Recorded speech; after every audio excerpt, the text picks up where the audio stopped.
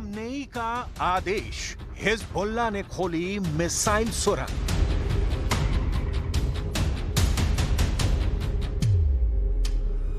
अब युद्ध के मैदान में इजराइल और कितने दिन टिक पाएगा, ये सवाल इसलिए खड़ा हो गया है क्योंकि अब हमास अपनी आखिरी जंग भी सुरंग से लड़ रहा है। हिजबुल्लाह ने गाजा युद्ध के 10 महीने बाद पहली बार अपनी मिसाइल सुरंग इजराइल के खिलाफ खोल दी है और ईरान ने तो सुरंगों वाले बंकर से हजारों मिसाइलें और रॉकेट इजराइल पर एक साथ दागने के लिए तैयार कर दिए हैं। पिछले एक हफ्ते में अचानक इजराइल बैकफुट पर नजर आने लगा है। पीएम नेतन्याहू और रक्षा मंत्री योव गैलेंट के बीच जंग की रणनीति को लेकर तीखी बहस हो चुकी है। ये सारा जंगी माहौल साबित करता है कि इजराइल धीरे धीरे जंग के दलदल में धंसता जा रहा है।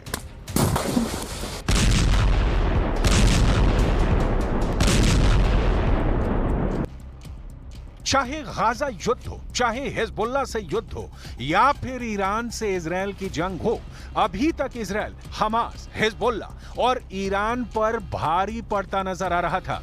लेकिन पिछले 7 से 10 दिन से देखा जा रहा है कि हिजबुल्लाह और हमास की तरफ से इजराइल पर बेहद सटीक और घातक हमले किए गए हैं।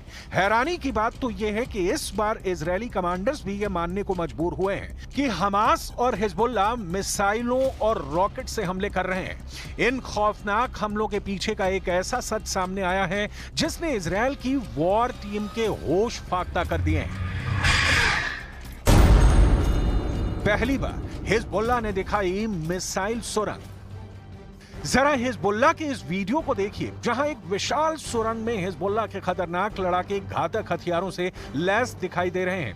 वीडियो में हिजबुल्लाह के लड़ाके सुपर सोल्जर्स की तरह नजर आ रहे हैं। हिजबुल्लाह की सुरंगों की खास बात यह है कि ये लगभग 2 मंजिल ऊंची हैं। सुरंग में घातक मिसाइलें, रॉकेट भरे पड़े हैं। बड़े बड़े ट्रकों पर सैकड़ों मिसाइलें लदी हुई हैं। चौंकाने वाले हिजबुल्लाह के वीडियो में नई इमाद 4 सुरंग दिखाई गई हैं। अभी तक दुनिया हमास की सुरंगों के बारे में ही जानती थी, लेकिन पहली बार हिजबुल्लाह ने घातक हथियारों से लैस सुरंग दिखाकर इजराइल और उनके सहयोगियों के होश उड़ा दिए हैं। दावा किया जा रहा है कि ईरान के सुप्रीम लीडर खामनेई के कहने पर ही हिजबुल्लाह ने इजरायली सेना पर हमले तेज कर दिए हैं। हिजबुल्लाह चीफ हसन नसरल्लाह और सुप्रीम लीडर खामनेई के कहने पर हिजबुल्लाह ने पहली बार सुरंग मिसाइलें इजराइल पर हमला करने के लिए खोल दी हैं।